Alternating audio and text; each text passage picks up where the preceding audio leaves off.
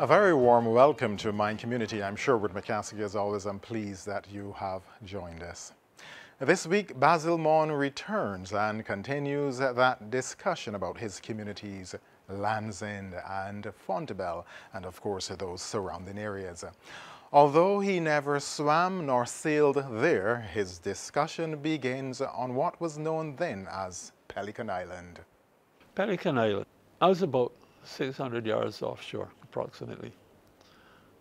That was, we used to see it every day.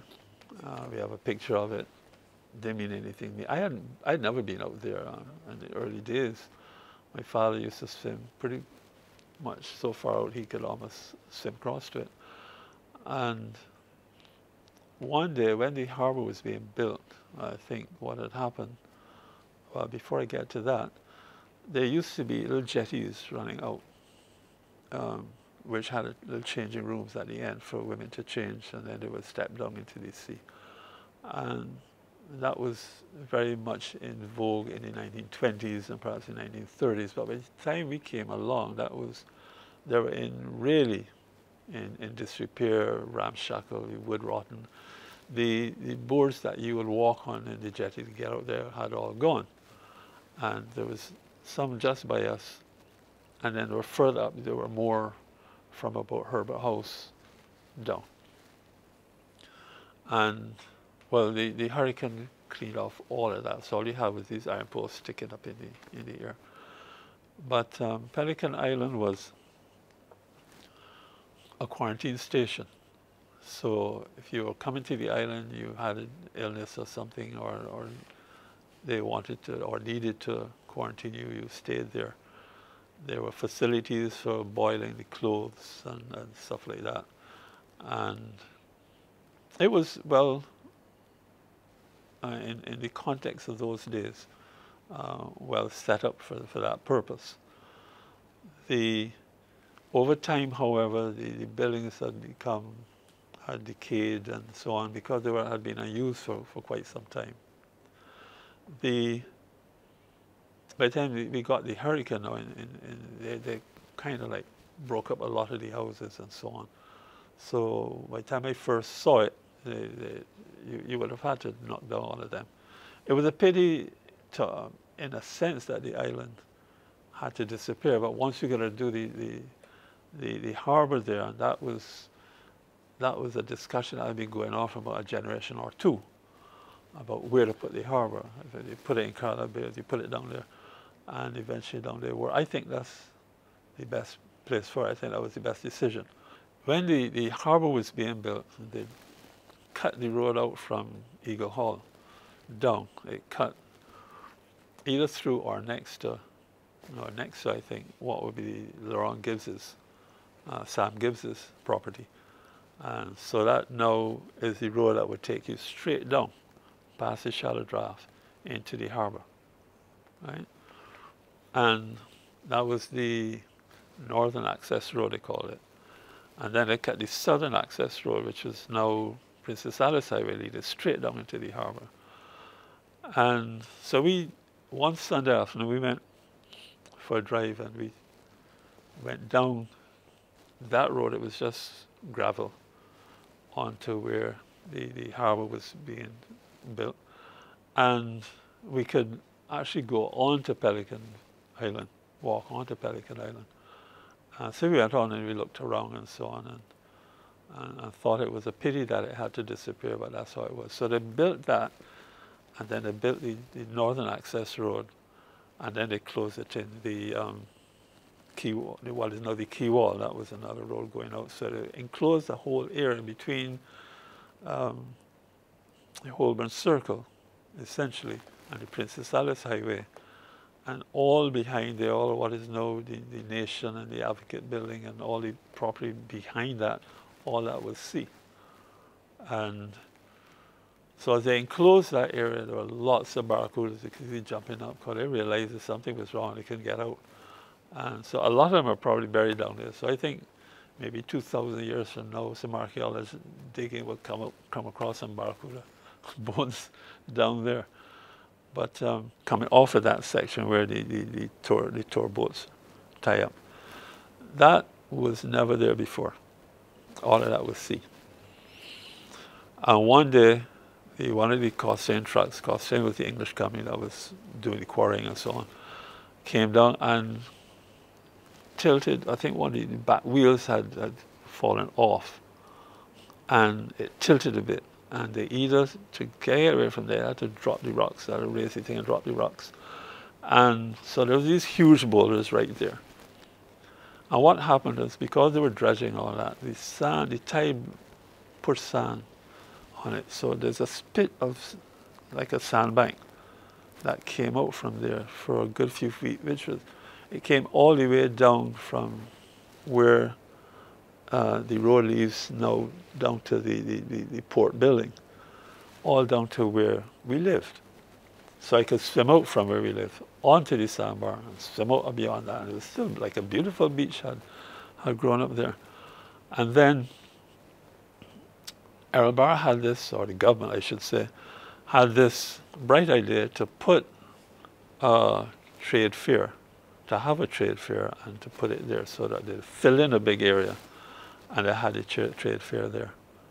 And then after that, a couple of years after, when we decided we'd have a campus in Barbados and they established a College of Arts and Sciences, that was the site they used. So they built some of the big halls, the big classrooms and so on. And at first, some of the classes were open to the public. So I remember going to a couple of French classes in there. And then after that, when we decided to develop it further into a more commercial thing, when we decided to bring boats out of Carinage. And we had that. Now it became more to the kind of use we see today. A lot of activity was in the careenage that time, and what we call it the careenage, it is where the schooners were careened. They were winched down to the side for people to repair the hulls, the below water hulls, and you would see them maybe changing some of the wood and that and caulking it in and all that kind of thing. That's what the word careened really meant. And we say careenage rather than carénage because of the English rather than the French connection. If we were in St. Lucia, it would be carénage. And that I remember clearly as one of the main activities of the careenage. When it was filled in, because there was an area filled in, and to make what they call Independence Square, which I refused to call Independence Square for many years because it was a glorified car park. But the thing about this is that there were occasional efforts or appeals to move the Nelson statue. And the Barra government filled in the area, prettied it up a little bit, and called it Independence Square. And that cut all that talk for a while. But Trinidad had an Independence Square and other countries had an Independence Square. Well, we had our Independence Square too. But to get back again to when I was quite small, also in that area, right at the corner now going on to what was the Victoria Bridge, there's now the Charles Duncan and Neil Bridge, as you turn that bend, there was a whole huge pile of scrap iron. And they used to, I remember asking, what are they doing with this? And I was told it would be sent to Japan to be reconditioned to make cars or whatever else. And there was a big electromagnet, and it would be picked up, whole big heaps of this scrap iron would be picked up by the electromagnet and put into some barge or something to be taken out to waiting ships. I can't remember what that barge would have looked like, but I just remember this big thing with a crane. It would go down and it was a flat surface, and it would come back up with this whole big lot of scrap iron under it. And I remember that very clearly. That was one of the activities in the careenage. On the other side, where the taxis park now, there was sometimes the lumber would be put down there, and sometimes pottery a little further closer to the Chamberlain Bridge. The careenage, a lot of activity used to be in the careenage, that narrow road, and the boardwalk we have now, there was none of that. There was no barriers, anything. You could drive your car straight into the careenage. And my father told me there was a cyclist by the name of Darby Douglas, who was a very good cyclist back in the 40s and I think maybe early 50s. He used to ride his bike, like hell bent straight at the careenage, straight across the square. And as kids stopped and turned, just at the last minute. He never missed and fell into the careenage, but he was apparently a little hot-headed at the time, and would do things like that. Ken Farnham never did that, but Douglas did.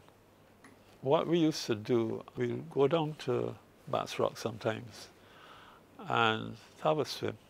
And sometimes we'd do that on a Sunday. And I remember one day, I can't remember, I think it would have been a Sunday. One of my brothers, Desmond I think it is, and we were like walking, jogging, mostly walking down the beach. And just as we got a little before what was Paradise Beach Club, which is now the unfinished hotel, there was this guy sitting on the beach with a little dog. And as soon as we got in line with them, the dog would take off after us. And we would run to the sea and we'd swim down, we'd come up a little further down. And we'd say, wait, why is he running? And the guy would not call the dog back. So this happened once or twice. And then the next time, we started watching, the dog came right after us. So we ran into the sea. And the dog came in behind us. So we were swimming out, kind of leisurely, and we were looking back, and this dog barking and coming behind us. He said, I won't call the dog. So we swam a little further out, and Desmond said, all right, you keep swimming, I can pull off. So I kept swimming, and he went underwater like a crocodile, no ripples, came up under the dog, got the front legs and pulled it under. The dog came up sputtering, and saw me and came after me again. So my brother went back in and pulled it down, held it for about a second longer, let it go. Came back up sputtering again. He said, I had enough of this. Went back in. By now, the owner was by the surf. He seen what was happening. He said, no, this thing going a little too far. And he started calling the dog. And then he realized he was English. So I don't know if he was holidaying here, if he was living here or what. But he got the idea that it was either keep this dog away from us or else. Now he could figure out what the or else would be. So we came out of the sea and we went along with our business. But we never saw him again, him nor the dog, which was good. But I'll tell you one other thing going down there. They had some wrestling boats at the YMCA. And they had this big, bad John. His stage name was Bulfoni. And then they had the Black Panther. There was a black guy, there was Bulfoni, there was a short Spanish guy and another guy. They were the kind of good guys. Bulfoni was the bad guy. He was always fouling people and doing what was wrong. And if people from the audience would remonstrate with him, I remember at one point, one man was carrying on and waving and so on, and Bulfoni looked around and pointed to him, come in here, then, if you want to come in, come in. The guy obviously wasn't going to worry with that. But anyhow, there was this one boat, they had a big dust up, and Bulfoni took one of the chairs and hit it on top of one of the other wrestlers. So we saw this kind of blood coming down. I said, what the heck? Because these metal chairs, now we have, these collapsible metal chairs. I figured that would hit hard. So I was up in the stand. I said, I got to get close to this action. So I was down in the stand. I went up by ringside. And lo and behold, I got up to the guy, closer than I am to now, and I saw the sweat pouring over the blood. And it wasn't mixing with the blood. I said, wait, what's going on? How did they get this done? Because obviously that was some kind of dye. But how did they get it done? And I don't know to this day. But anyhow, and then the Black Panther came out, because he wasn't in the ring yet, and he came out and he bounced back off the ropes and he beat Bulfoni, and the crowd cheered. Anyhow, let's say that was a Friday or the Saturday night. Sunday morning, my brother and I, we were walking down the beach, and we just got to about Paradise.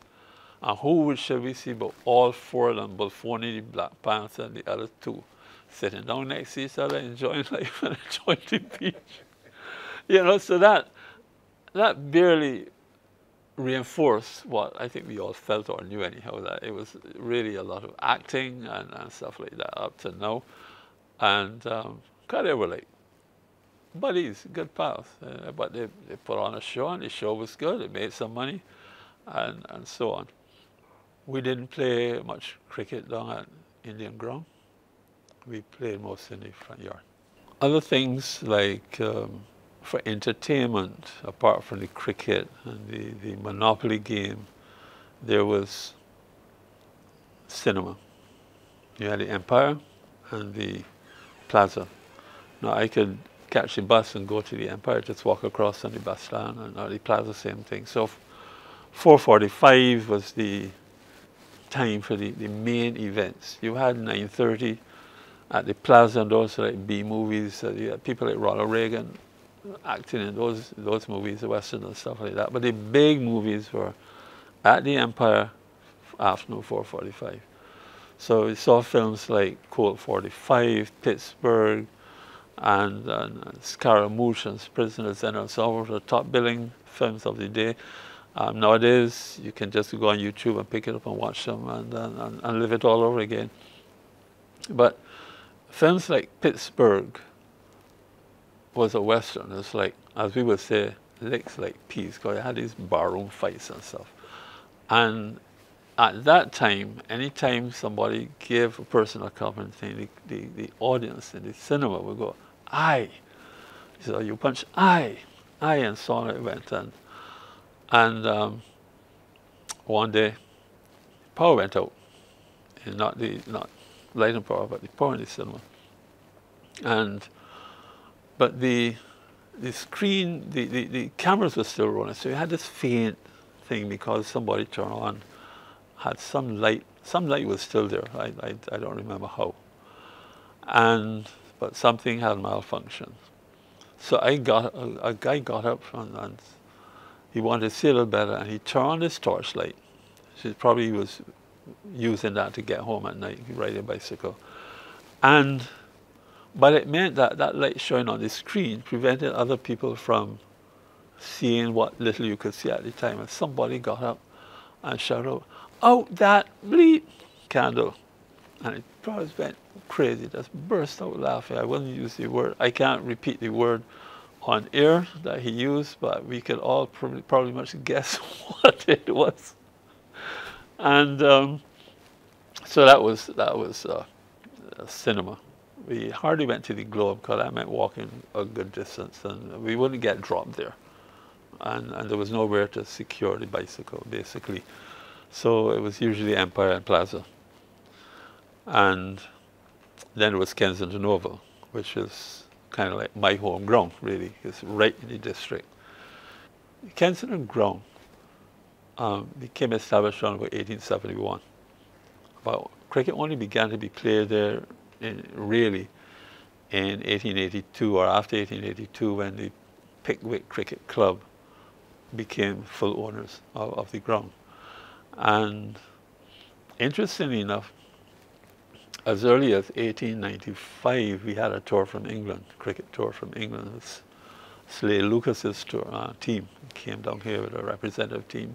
Not all the matches were first-class matches, but they played Barbados between January and February that year. And they played in what was then British Guyana, Trinidad, and Jamaica. And there were several other tours between 1895 and 1900, including Lord Hawke's team. And as a result of that, they recognized, on that tour, that first tour, had about 4 MCC players, members. So that had people from the biggest or best known club in England, who were obviously scoping the joint to see what the West Indies could produce. And as a result of those tours, we had the first West Indian tour to tour England. Went over in 1900. There was a mix mixed race team. It was an all white. Most of them were white, but it had a number of black players from Barbados, Trinidad. There was a player in it called Olivier, Charles Olivier from St. Vincent. He was the first Vincentian to play for the West Indies. And that was before test status. I don't think he ever came at home because he tried out for Derbyshire and was playing cricket for Derbyshire for a number of years and eventually ended up coaching in the Netherlands and before retiring. There was another tour in 1906, then we went over in 1923, and George Chalner was very prolific on that tour. And Chalner, by the time we got test status in 1928, Chalner was well past his best, well over 40. And why you may wonder why there was that long interval between 1906 and 1923, but don't forget the First World War intervened. And with all the confusion after the war and so on, it took time for things to get back together. But I won't go too much further into that, but just to say that cricket was the big thing at Kensington Oval, but it's not the only sport played at Kensington. There was football, local, regional, international. There was cycling. There was inter-school sports. There was carnival, beauty pageants and carnival celebrations and so on, and different concerts from time to time. I think Marian Anderson played at Kensington back in the 50s. I remember going there in the Kensington stand and seeing on a big jumbo screen one of the title matches that Muhammad Ali had fought in. And I think, however, for me, the best performance I have seen at Kensington Oval was that by the National Folkloric Ballet from Guinea Conakry, which played here in 1968. And that was energetic, it was first class, and it was a pity that there would be no other tours from that part of the world between then and now. And I hopefully, as we become more engaged with Africa, we will have more of these kinds of tours and performances. But we had, for me, Kensington, as I said, was my home ground, and once football was playing, I was going to be there. And pocket money was not easy to come by, but if it was a single match, I would get a pack of nuts and a pack of and a bar of chocolate. I won't call the name because people say I'm advertising, but it was one of the most popular and probably best brand of chocolate you could find in Barbados, an old brand. So I think I've given you enough hints as to so what brand that would be. It was a double header, and double headers came on Saturdays. Then it would be 2 packs of nuts and 2 bars of chocolate, one each per match. So I used to watch Pickwick Club play. They had a pretty good team. And there was one of their players, I think his name was John White, speaking subject to correction.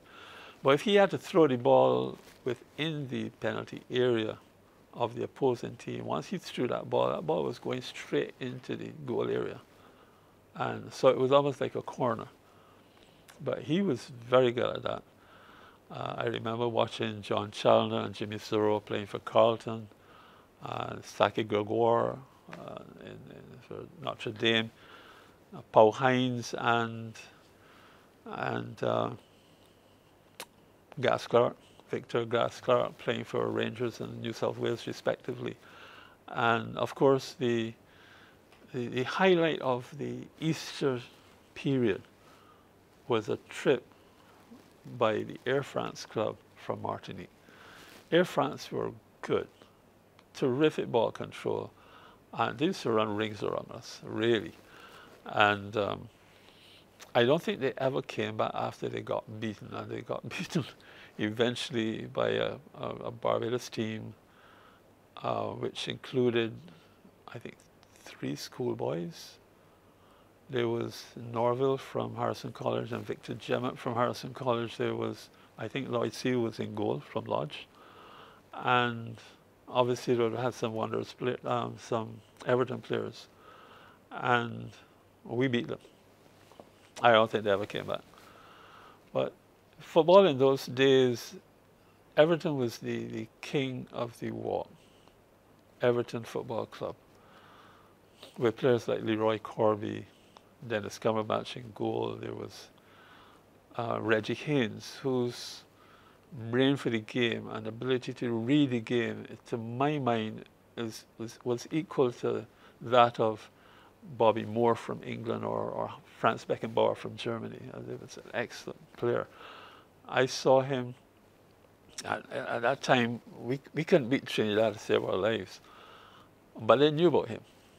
And a game against Trinidad here, I was in Kensington stand, and we were playing from the southern end. And Reggie got the ball from a midfield and drifted to the left as he was going forward. And the whole Trinidad field drifted with him. The whole Trinidad field drifted with him. And then Reggie looked up and then spun and kicked the ball straight to the winger, outright, who was totally unmarked, had the whole field to himself. He ran in, centered the ball, and surprise, surprise, our striker kicked the ball over the net from a little further out from the penalty spot. I was so devastated. I said we could have just rocked them. I think we then lost the match because De La Bastille was their very speedy right winger. I think he came through and made a mess of us in the end. But Reggie was top class. And the hardest kicker of the ball, to my mind, was Alvin Cornell from Trinidad. Cornell was living over here at the time. He was living here for a few years, about 5 years, I think. And he played for Everton. I saw him at Kensington Oval playing in pumps, kicking the ball hard and everybody else playing in boots. You know, he was very good. He kicked the ball hard and low, so once he got it onto his boots and in the vicinity of the goal, look out. For that discussion about a number of the sporting activities he witnessed while at the Kensington Oval, we conclude this week's episode of Mind Community. Thank you very much, Basil Morn. The program continues next week at the same time. I'm Sherwood McCaskey.